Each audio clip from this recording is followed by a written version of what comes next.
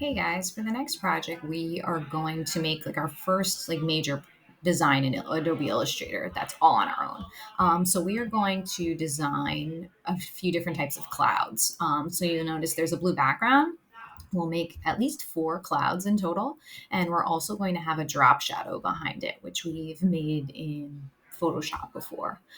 So we're going to learn a few different ways to create the shapes out of rounded rectangles and circles. So when we open up Adobe Illustrator, we want to make sure that we have our control, which is this little strip of options here. If you don't, you can go to Window and click Control, and that will either make it appear or disappear. And then we're definitely going to need it, whatever we're making in Illustrator. So in order to start, we don't need a huge document, but I usually work on like 8.5 by 11. So my ruler here, if you need your ruler, you can hit Control R like you would in Photoshop. We're going to start with an 11 by 8.5 piece of paper. So we'll go to File, New. Usually letter size is up here, or you could type it in and you can swap it to make it taller or wider. We want it wider. And we're going to press Create. Perfect. I'm going to hit Control R to bring back my ruler again. The first thing we want to work on is a background. So we don't have a big paint bucket, or it doesn't work as easily, I should say, in Adobe Illustrator. So when we need a whole piece of paper covered, we just use our rectangle.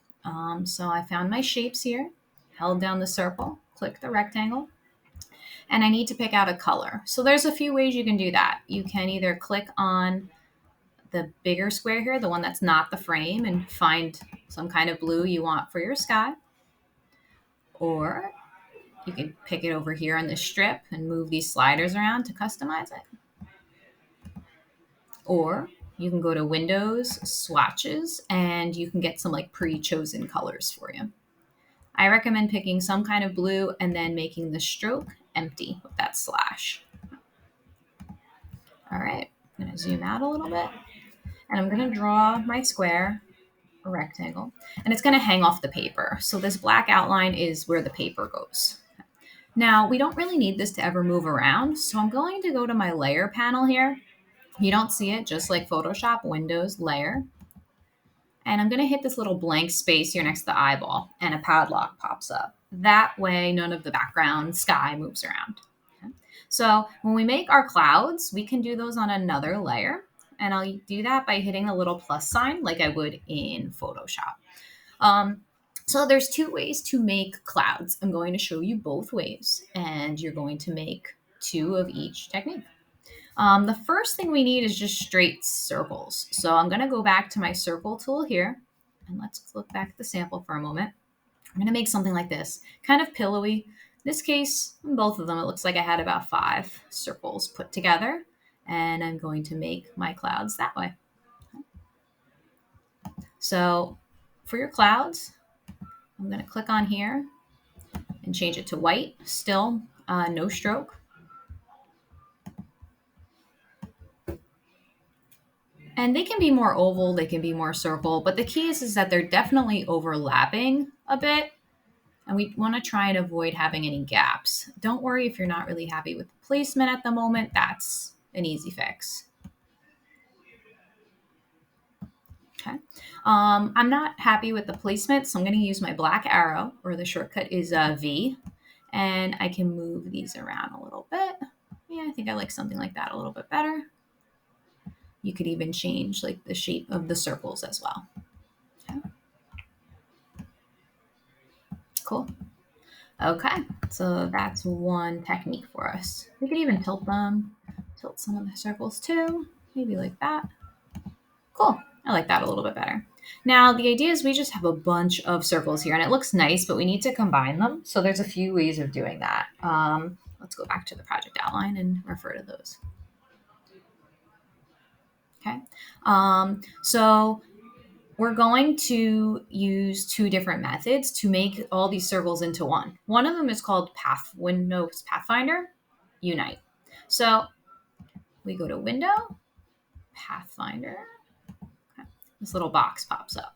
So I need to select all my circles. I'm going to hold down my Shift key so I can select all of them. And I'm going to click the first shape here. And when I hit unite, it just merges everything into one big shape. So I'm pretty much done for the most part by combining those shapes together, which is pretty cool. Um, I'll also make sure I make another one in this version. I want you to draw it by hand again. So really quickly, we make 5 or so different circle-y oval shapes. Make sure there's no gaps. Use our arrow to move them around as needed. Okay. And then you can either hold your shift key and select them, or you could even draw a box around it to select all of them. We went to Window, Pathfinder, and hit Unite, and united them all together. Okay. I'm going to talk about the drop shadow at the end after I show you how to make the other clouds. So the next type of cloud has this sort of flat bottom with the billowy clouds above it. So I'm going to show you how to make that one next. So in order to make that one, we're going to need a rounded rectangle. Right now you can see mine, I moved into the toolbox here, but you probably don't have one. So you can go into the edit toolbar, these 3 dots here, and scroll to the top where all the shapes are, and you can find the rounded rectangle and just drag it over so that way you don't lose it. It makes life a lot easier. We'll use it for other projects too. So we're going to start with that as our base, like a flat one, and then I'm going to go back to my circles.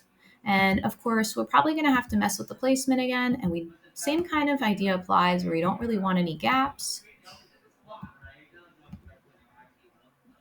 Okay. All right, so I'm going to use my black arrow.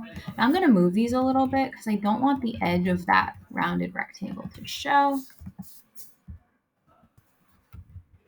I'm even using my arrows a little bit. So close with that one. I filled up that space a little bit. Not bad. I'm okay with it.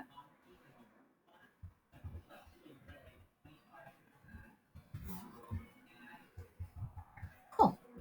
So we have another way we can merge this into one big shape. We're going to go in, still select all of my shapes, and we're going to use the shape builder. So I think it looks like a snowman on its side, in my opinion. And if you watch this little like demo on my screen, we're basically going to draw through all of the shapes and we'll merge them into one, which is pretty cool. Okay. So you'll see the shape start to turn gray as I like drag my mouse through it, and I'm trying to get through all of them in one big click. Now let go. Oh, it looks like I got almost all of them. So I didn't get these shapes, so I'm going to draw a little line through those. Sometimes you have to zoom in like a ton just to get those little leftover pieces. Got it. Okay, that happens sometimes, not a big deal. Okay, not bad. Let's make one more.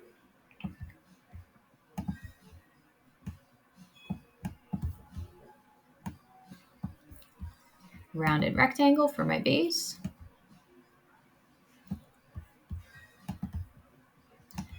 Various size circles. You can do as many or as little as you want.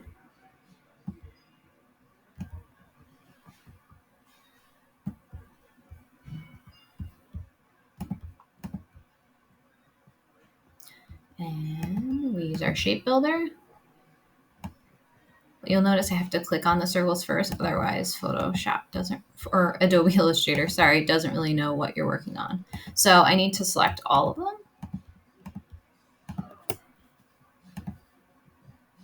And click through all of these shapes. Hopefully we get all of them. Let's give it a shot. Close. Yep. Cool. All right. So at this point, let's add some drop shadows, then we can move stuff around. So that part's really easy. We're going to click on the complete shape. We're going to hold down our Alt key so the double mouse pops up. And I'm going to drag so like there's another version underneath. I'm going to change it to like straight black. And I like to use the swatches for that. Okay. So let's do that to all of the shapes first. I know that looks kind of silly right now, but it will make sense in a moment, I promise. Change it to a black fill.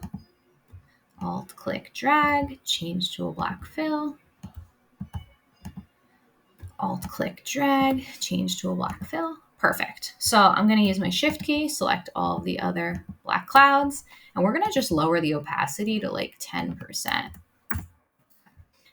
But the thing is, I need those to really go behind it. I don't want the gray in front. So we can shift and click all three of them, right click, arrange, and send to back. So I know it doesn't look like a dramatic change, but you do get that nice shadow underneath it. So I would go in and just make these little adjustments so it feels kind of seamless from the edge of your cloud here. And of course, it's hard to see. I think I made my blue sky a little bit light, so I'll probably go in and make that a little bit more aqua so you can see my shadow a little bit better too. I want just like a little bit of an offset so it's not cutting into too much stuff.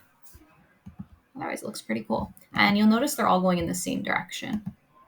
Let me unlock my sky layer, click on the sky, and make it a lot lighter so you can see my cloud shadows way better. Cool. Lock my sky again. So now you can sit here and you can make some of your clouds smaller to add some interest, stagger them a little bit. That's going to add some interest to your project and give us a nice composition. And that's mostly the end of the piece. So at the end, you need to ask yourself, did you use both techniques? Do you have the drop shadow? Is it aligned correctly? A little bit off in the same direction for all of them? Does it feel pretty seamless around where we merge together all of our circles and rectangles? And those are the main questions we need to ask ourselves. At the end, we'll save our project and we'll upload it to Classroom for a grade.